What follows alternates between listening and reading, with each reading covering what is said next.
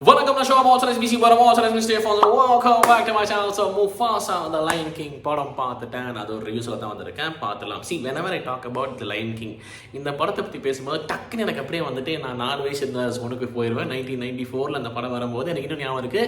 எல்கேஜியா யூகேஜியா ஞாபகம் இல்லை, பட் என்னோட ஸ்கூலில் தான் ஃபஸ்ட்டு இந்த படம் அந்த ஆனிமேட்டடில் வந்து சினிமா 1994 அப்போ பார்த்தது இன்னும் நல்லா ஞாபகம் இருக்குது. அது ஏதோ பீரியட் ஒரு 1.5 hours ஏதோ பீரியடில் இந்த கார்ட்டூன் காட்டுறோம் வாங்க அப்படின்னு சொல்லிட்டு ஒரு டிவியில் குட்டி டப்பா மாதிரி ஒரு ஒரு லிட்டரலாக ஒரு கபோர்டு மாதிரி இருக்கும். அது நடுவில் ஒரு குட்டி டிவி வச்சு நாங்கள் ஒரு 30-40 பேர் ஸ்டூடெண்ட்ஸ் உட்காந்துட்டு ஃப்ரெண்ட்ஸ் எல்லாம் சேர்ந்து உட்காந்துட்டு நான் காலை இப்படி மேலே வச்சு என் ஹைட்டு பத்தலன்னு சொல்லிட்டு இப்படி கால் இப்படி மடக்கி வச்சு என் பெடக்ஸை தூக்கி என் கால் மேலே லேண்ட் பண்ணிட்டு ஒரு மாதிரி இப்படி உட்காந்து பார்த்த படம் எனக்கு ஏன் இவ்வளோ ப்ரிசைஸாக ஞாபகம் இருக்குன்னா, one of the most unforgettable மெமரிஸ்ன்னு சொல்லலாம் இந்த படம். சரிங்களா, அந்த படம் பார்த்து அந்த படம் எனக்கு கொடுத்த இம்பேக்ட் வாஸ் லைக் இன்னும் அந்த மூமெண்ட்டை நான் ரீலீவ் பண்ணிட்டே இருப்பேன். ஸோ லயன் கிங் அப்படின்னாலே வந்துட்டு எனக்கு அது வேறு மாதிரி ஒரு இமோஷன். அதுலேயும் அந்த படத்தில் இருக்கிற one of the most probably the most iconic character Mufasa அப்படிங்கும் போது அது ஒரு வேறு ஃபீலு. ஸோ அந்த முஃபாசாவோட கதை வருதுன்னு ஒன்றே நான் அவ்வளோதான் போடா எப்படி இருந்தாலும் நான் என்ஜாய் பண்ண போகிறேன் அப்படிங்கிற சொல்ல தான் நான் போனேன். ஸோ அந்த வகையில் தான் நான் போய் முஃபாசா பார்த்தேன். ஸோ எனக்கு இது ரொம்ப ரொம்ப பர்சனல் கனெக்ட். ஸோ அந்த வகையில் எனக்கு இந்த படம் சாட்டிஸ்ஃபை பண்ணிச்சுன்னா டெஃபினட்டாக ரொம்பவே சாட்டிஸ்ஃபை பண்ணிச்சு. எஸ், ஒரு சில இடங்களில் வந்துட்டு இந்த இடத்துலலாம் இன்னும் கொஞ்சம் மியூசிக் பயங்கரம் போட்டுருக்கலாம் வேடா, இது பண்ணிடலாம், the circle of life music ஏன்டா யூஸ் பண்ணலங்கிற ஒரு வைத்தறிச்சல் இருந்தது. சிவங்கா ஒய்யா ஓ அப்படிலாம் மியூசிக் வரும் தெரியுமா, அதை ஏன்டா யூஸ் பண்ணலங்கிற மாதிரி இருந்துச்சு. அது ஒரு சின்ன ஏக்கமாக இருந்துச்சு. அந்த மியூசிக்லாம் போட்டுருந்தா அது ஒரு எப்பிக்காக இருந்திருக்குமா, ஏன் அதை மிஸ் அவுட் பண்ணாங்க அப்படிங்கிறது எனக்கு புரியல. அது ஒன்று மட்டும் எனக்கு சரி, என் கசின்ஸ் கூட தான் நான் போனேன். பிகாஸ் அவங்களும் பயங்கர எக்ஸைட், அவங்களும் பயங்கரமாக லைன் கிங் ஃபேன்ஸு. நான் என் கசின் என்ன 2 குட்டீஸ் நெவ்யூ நீஸ் எல்லாம் சேர்ந்து தான் போனோம். அவங்களுக்கு அந்த சின்ன ஏக்கம், ஏன் அந்த மியூசிக் யூஸ் பண்ணல, because that could have made the experience ஒரு வேறு மாதிரி ஹிட்டாக இருக்கும்னு சொல்லிட்டு. ஸோ அந்த ஒரு ஏக்கம் மட்டும் இருந்துச்சு. ஒரு சில இடத்துல வந்துட்டு சீன்ஸ் பயங்கரமாக இருந்தாலும் மியூசிக் வந்து கொஞ்சம் இன்னும் எலிவேட் பண்ணிச்சு. பட் இன்னும் அதான் சொல்கிறேன், அந்த முஃபாசாங்கிற characters different all together. So இன்னும் ஒரு அது லிட்டரல் நம்மளுக்கு என்னன்னு தெரிலங்க. நம்மளுக்கு இந்த சில கமர்ஷியல் ஃபிலிம்ஸ்லாம் பார்த்து வந்ததுனால அந்த பில்டப் எல்லாம் எதிர்பார்க்குறமா என்னன்னு தெரில, அந்த மீட்டரில் நான் பார்த்துட்டேனான்னு தெரில, அதனால் அதை எதிர்பார்த்தனான்னு தெரில. அது மட்டும் நான் மென்ஷன் பண்ணிக்கிறேன் சொல்கிறேன். பட் ஓவராலாக எனக்கு படம் பிடிச்சிதா அப்படின்னு கேட்டிங்கன்னா, ஐ வாஸ் வெரி சாட்டிஸ்ஃபைட். ஒரு ஆர்கானிக்காக முஃபாசா வந்த கதையாகட்டும், டாக்கா ஏகே ஸ்கார் அவங்க 2 பேர் வந்த கதையாகட்டும், 2 பேர் பிரதர்ஸ் மாதிரி இருந்ததாகட்டும், என்னனால சண்டை வருது, நாலாங்கிற கேரக்டர் எப்படி வந்துச்சு, ரஃபீக்கிங்கிற கேரக்டருக்கு அது ஒரு கதை, அதுக்கு ஒரு பேக் ஸ்டோரி வந்து அது எப்படி வந்துச்சுங்கிற மாதிரி, அவங்க அந்த மிலேலே அப்படிங்கிற ஒரு இடம், மிலேலே அது ஒரு வரைக்கும் விட்டு இருந்துச்சு, மிலேலேங்கிற இடத்துக்கு தேடி வரதாகட்டும், நடுவில் ஜாசு வரதாகட்டும், அப்படியே ஒவ்வொன்றா டக்குன்னு அந்த ஒரு மாதிரி ரொம்ப அழகாக ஒரு மாதிரி ஆர்கானிக்காக ஃப்ளோ ஆச்சு கதை.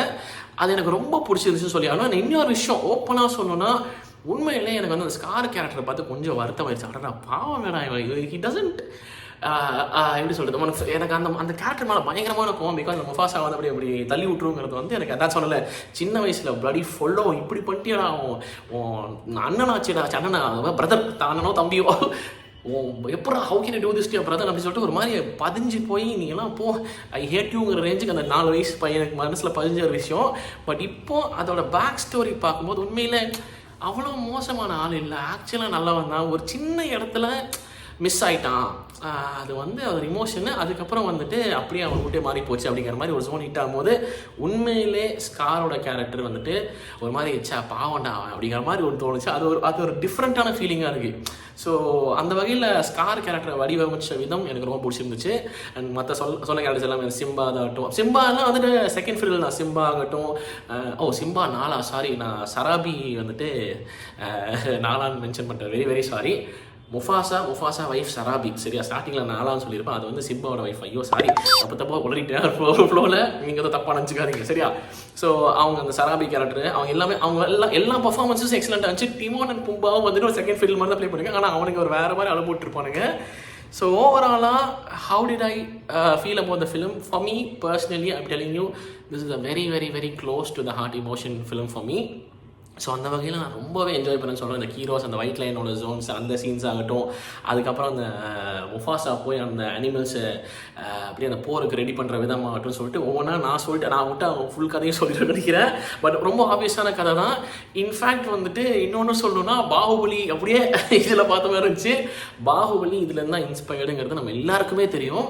ஆனால் அப்படி என்னன்னா அப்படியே இருக்குங்கிற மாதிரி இருந்துச்சு. ஸோ எங்கே இந்த புக்கில் கீக்கில் இந்த கதை இருந்துச்சு, அதை வந்து நம்மள ஒரு ஹியூமன் ஃபார்ம் வச்சு காட்டிட்டாங்களா அப்படிங்கிற மாதிரி எனக்கு தெரியல. பட் ஆனால் எனக்கு அதான் சொல்லிட்டேன், ஒரு மாதிரி பாகுபலியோட ரிலேட் பண்ணி பார்த்துட்டு இருந்தேன். அந்த பிஜிஎம்லாம் அது வேற சைடில் கேட்குது எனக்கு. So I just enjoy it. It was just a beautiful experience for me. எனக்கு ரொம்ப close to the heart film, எனக்கு ரொம்ப ரொம்ப close to the heart character.